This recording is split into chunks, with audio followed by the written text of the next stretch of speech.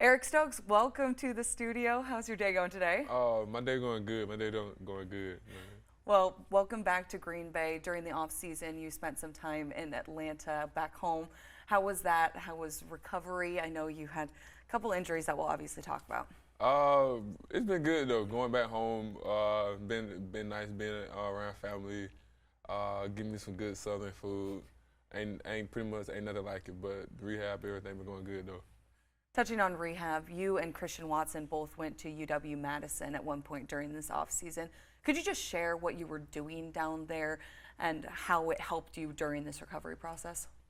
Pretty much we went down there. We had different little things that we had to do, different little tests. So we did some version of a 40. We did some little jumping, some little ISO holds, some different little things just to see how your quads, your calf, your hamstrings, your different little muscles and stuff on your legs pretty much work, and just see how strong they was, and just see the difference between each one. What did you learn? Pretty much that my foot wasn't as strong as it needed to be, to where everything else was around it was doing pretty much a lot of the work. My calf was doing a lot of work. My hamstring was doing a lot of work. Just pretty much it was just overriding my foot to where my foot was just weak. So just help me focus on that. My dad has an expression, you can't have a comeback without a setback. So let's talk about the setbacks. Back 2 seasons ago in Detroit, 2 injuries in once. Walk me through what was going through your mind during that game when you hurt both your knee and your foot. To be honest, I really didn't know I hurt the foot. I just knew I hurt the knee. Oh man, the foot, it'll be back. It's just the knee, like the only thing I'm worried about and all that stuff. So I really didn't know how bad it was until like a week after. What was that locker room like during the game? Because wasn't it like 4 or 5 players on the Packers team got injured in Detroit in that same game? Yeah, it was body after body that game. That was not, that wasn't a good day, especially for us. It wasn't a good day. I went down, or G went down with his ACL. Started the second half. Christian came in the locker room mad. I was the heck, like I was just coming out the shower, so I was confused why he was coming in. But yeah, it was a lot of bodies dropping that day. A lot of bodies dropping, and you ended up being out for the rest of the season. The Liz Frank foot injury was worse than you were expecting. Had you even heard of that injury before? Nah, I never even heard of that injury until then. I still didn't even know how to say it. So it took me a couple weeks to say Liz Frank or whatever. So it took me a little time to even just say the word. You come back during training camp last season. You're all eager to go. I remember big smiles on your face. Then you get injured again.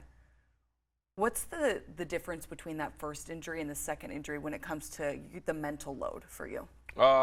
First time it sucks or whatever, but you still got an outlook. Like you still got a bright outlook. Like, okay, it is what it is. I may miss, like the hardest thing for me, especially dealing with the first one, was me missing the Falcons game because it was my time to go back home. So once I got over that, everything else was like, okay, it is what it is. I'm still be able to play the rest of the season. You know, it's still a long season. You know, it is what it is. So I can go ahead and deal with it and all that stuff. And then after that, the second one is the one that one hurt it the worst, like out of any one of those. Like the second one, hands down, was the one that was worse.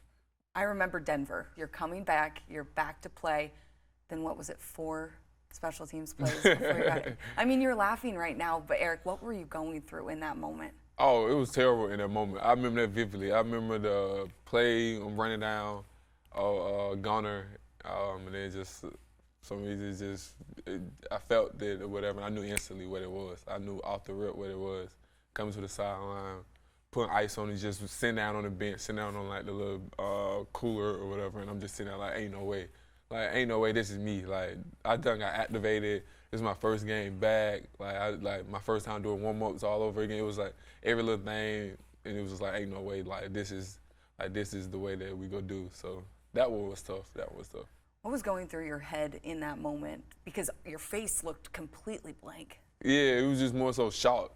Like I couldn't believe it. Like it was just like, ain't no way. Like everything that I've been through and all that stuff, like the little stuff that I done went through before this, like ain't no way. Like this is how it's supposed to be. Like I had like out of all my visions of me like making a tackle, like me like doing all this stuff that I had envisioned for that game, that was nowhere near something that was even in my thoughts. So just sitting out on that sideline, you just caught the pure reaction of like me just in disbelief. Like me, I couldn't believe it. Like, nah, I ain't like this ain't me. Like there's no way this could be me.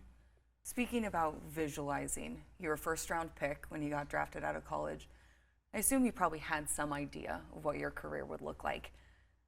How has what's happened to you so far lined up with that idea of what you had? I mean, it jumped out to a great start. It was perfect. Like I couldn't even explain it better. But then after that, it showed you like, hey, it showed you the real of the NFL, though. It showed you the real groups and like how everything's supposed to be done and how you're supposed to move as a pro. So it was like a lot of the things that done taught me overall to where I'm actually happy that I actually kind of got hurt. Like it actually like now me looking back on it was like everything happened for a reason. So it was great. You are truly one of the most happy-go-lucky people I've ever met in my life. How did you keep that smile every week in the locker room? Because at the end of the day, I know like God got a bigger picture for me. So like at the end of the day, like I'm blessed.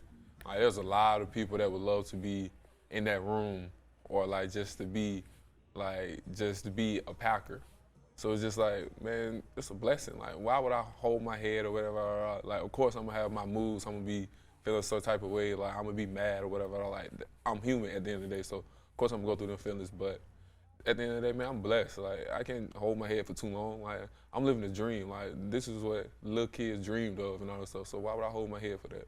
And you've actually commemorated that feeling with a newer tattoo. Could you tell me about that tattoo? Yeah. So I got a little tattoo on the bottom of my leg or whatever that say, it get greater later. Like, I never forget that to where, like, it's been like that since my draft. So since the draft or whatever, like, it was going how it looked like I wasn't gonna make the first round. That's the only thing I wanted. I wanted first round. And I'm sitting next to my homeboy named Breeny. And we sitting there, and like literally he was like, he tapped me because he seen my whole face expression changing as it kept going. And it kept looking like I wasn't gonna get first round. And he just looked at me, he was like, hey bro, it gonna get greater later. It gonna get greater later. And then since then, like literally like a couple minutes after that, I think Green Bay had called and all that stuff. So it just made it even more crazy. And then since then, it done stuck with us. So like we always would say that, like, hey bro, it gonna get greater later. So when all this stuff was going on, all that stuff, that's exactly what pretty much my mindset was going on. It gonna get greater later. Everything gonna happen for a reason. It happening for a reason. You're gonna learn your lesson. You're gonna learn what you need to do to be the pro, be the person that you wanna be the man that you wanna be, all this stuff. He just putting you through this for your lesson. Welcome to the 2024 NFL season. How is Eric Stokes today? Eric Stokes today, great. Eric Stokes today, great. Living, enjoying the moment, never taking it for granted, because you just never know. And that's pretty much Stokes. This Stokes today. Well, thinking about this upcoming season, congratulations on your recovery, your rehab, and now it's back to hit the field. Thank you again for coming into the studio, Eric. Again, here with Packers cornerback Eric Stokes.